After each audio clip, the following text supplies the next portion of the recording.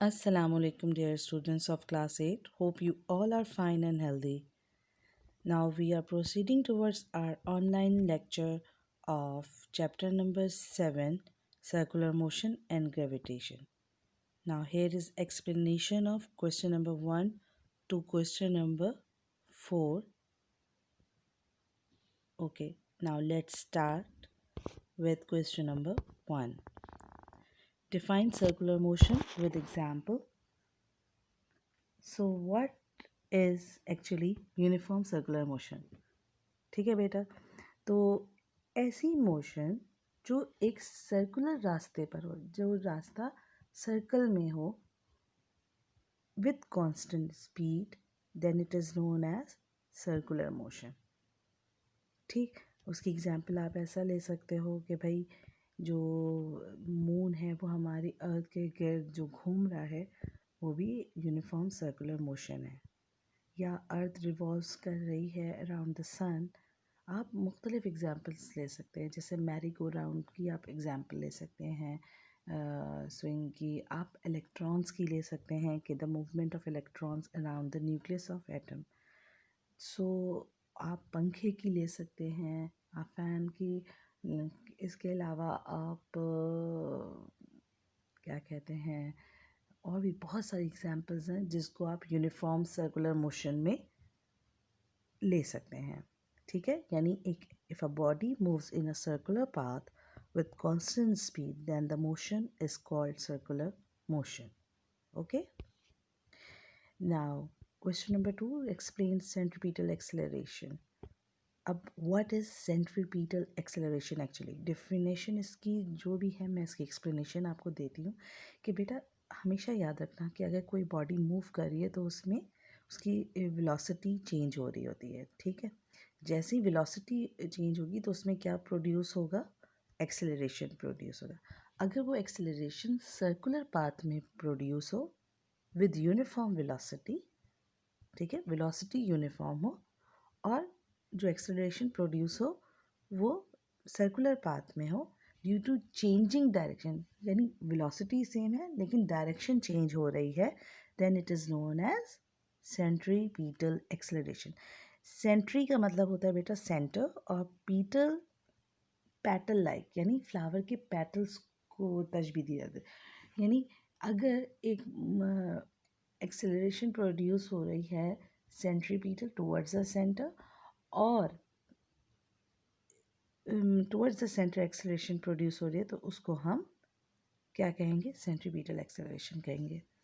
अब एक्सेलरेशन है तो उसकी वजह से इसकी जो नेचर होगी वो वेक्टर क्वांटिटी होगी, और इसका सिंबल AC होगा, और फॉर्मूला होगा AC is equal to V² upon R. Okay, now unit, acceleration का यूनिट आपको पता है SI यूनिट सिस्टम में मीटर पर सेकेंड स्क्वायर है. सो यहाँ पे भी एक्सेलरेशन है तो इसका यूनिट मीटर पर सेकेंड स्क्वायर ही होगा. Factor affecting on centripetal acceleration. अब यहाँ पे हम ये बात करते हैं कि वो फैक्टर्स जो सेंट्रीपीटल एक्सेलरेशन पे इफेक्ट करते हैं, तो वो दो चीज़ें होती हैं, एक तो वेलोसिटी और एक रेडियस सर्कल का. अगर सेंट्रीपीटल एक्सेलरेशन जो है की वेलोसिटी अगर डबल कर दी जाए तो सेंट्रीपीटल एक्सेलरेशन उसका ज़्यादा भी डबल हो जाएगा, यानी डबल में सिंगल एक्सेलरेशन प्रोड्यूस होगा, यानी 2 टाइम्स अगर वेलोसिटी हो तो सिंगली एक्सेलरेशन प्रोड्यूस होगा. ठीक है, और अगर रेडियस कम हो तो एक्सेलरेशन बहुत ज़्यादा प्रोड्यूस होगा, मतलब उस सर्कुलर पाथ में. और अगर एक्सेलरेशन जो है मतलब उस वक्त कम प्रोड्यूस होगा जब उस सर्कल का रेडियस ज़्यादा होगा. ठीक है, यानी radius is inversely proportional to the centripetal acceleration and directly proportional to the square of the velocity in a circular path. ठीक, अब हम आते हैं बेटा नेक्स्ट, इसकी डायग्राम है पेज नंबर 7.3 पर. आप इसको देख के बनाइएगा कि इसमें वेलोसिटी आपको यूनिफॉर्म दिखाई गई है और उस पे जो एक्सेलरेशन प्रोड्यूस हो रहा है वो टुवर्ड्स द सेंटर प्रोड्यूस हो रहा है, यानी जो एक्सेलरेशन की जो डायरेक्शन है वो कहाँ किस तरफ है, towards the centre of the circle. Mathematical expression इसकी ये है बेटा कि consider an object having mass and uniform velocity and the distance between the center of an object is radius r, यानी जो भी बॉडी है उसका मास m है और वो एक यूनिफॉर्म वेलोसिटी से मूव कर रही है तो उसकी v है, और उसका जो distance between the centre of the circle है वो रेडियस है। अब ये बॉडी मूव कर रही है सर्कुलर पाथ में, तो हम उसको रिलेशंस को इस तरह भी लिख सकते हैं कि a c is directly proportional to v square, उसको इक्वेशन नंबर 1 कंसीडर करेंगे, और a c is inversely proportional to radius of the circle. अब हम इन दोनों को अगर कंबाइन कर दें, by combining equation 1 and 2 we get a c is proportional to v square and inversely proportional to r. और अब जब हम प्रोपोर्शनैलिटी साइन हटाएंगे तो उसकी जगह पे हमें कांस्टेंट लगाना होता है। जैसे ही हमने कांस्टेंट लगाया तो इक्वल टू, प्रोपोर्शनैलिटी साइन हट गया, इक्वल टू का साइन आ गया, और उसके साथ जो कांस्टेंट लगा वो के होगा। अगर के की वैल्यू हम सपोज करते हैं यहाँ पे कि वो 1 के बराबर है, तो हमने के की वैल्यू 1 पुट कर दी यहाँ पे, तो 1 से मल्टीप्लाई अगर करेंगे तो ए सी जो इक्वल हो जाएगा वी स्क्वायर अपॉन आर के। तो हेयर ये ड्राइव हो गई। Now question number 3, what is centripetal force.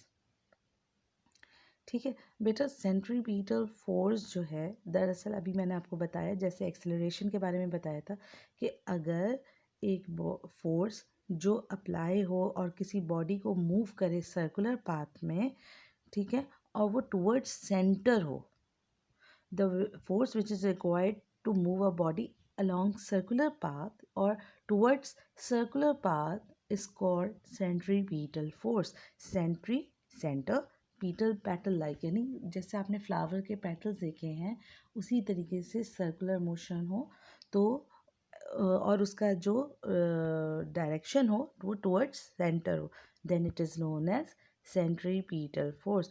वो फोर्स जो एक बॉडी को मूव करे सर्कुलर पाथ में, तो उस फोर्स को हम क्या कहेंगे, सेंट्रीपिटल फोर्स कहेंगे।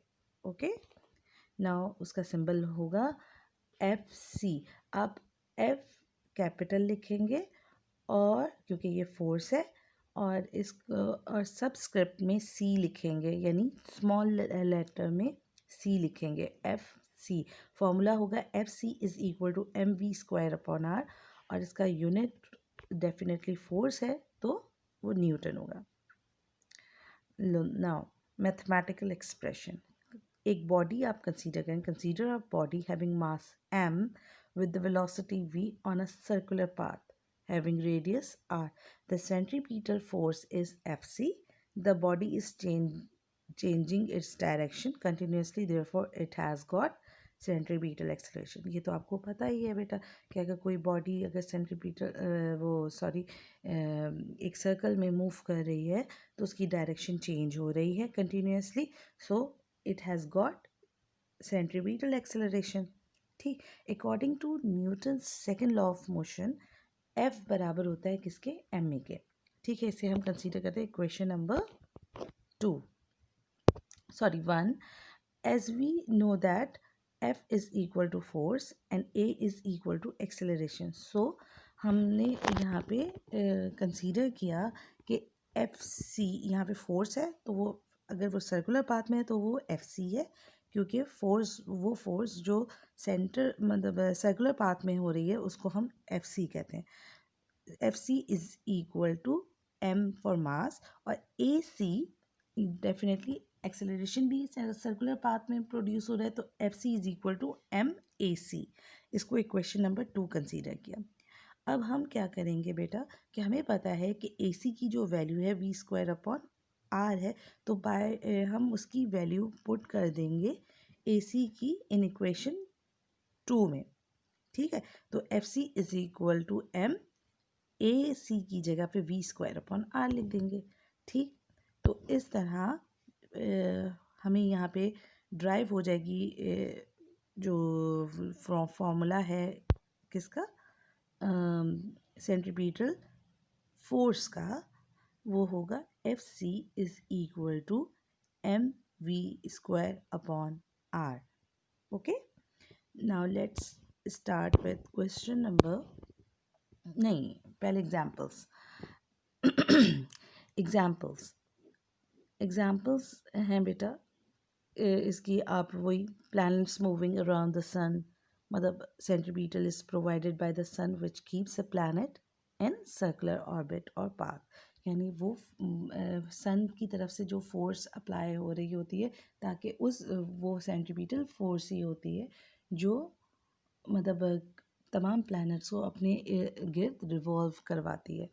दूसरा, आपने डेथ वेल देखा होगा, डेथ वेल मौत का कुआं, जब आप मेले वगैरह में जाते हैं या आप पता नहीं आप लोग गए हैं नहीं गए, लेकिन एक मौत का कुआं होता है, उसके अंदर जो फोर्स अप्लाई हो रही होती है from the walls of the well, यानी दीवारों से, वेल की कुएं की दीवारों से, तो मोटरसाइकिल जो है उसमें मूव होती है, तो उसकी जो मूवमेंट है वो remain in the circular motion on the wall of the well because of the centripetal force is provided by the walls of the well. Okay, now this is the end of the lecture number 1. इंशाल्लाह इसमें question number 1 से लेके question number 3 तक किया है। Next lecture में, explanation lecture में बेटा, मैं आपको क्वेश्चन नंबर 4 से ऑनवर्ड्स क्वेश्चंस की एक्सप्लेनेशन दूंगी। थैंक यू बेटा।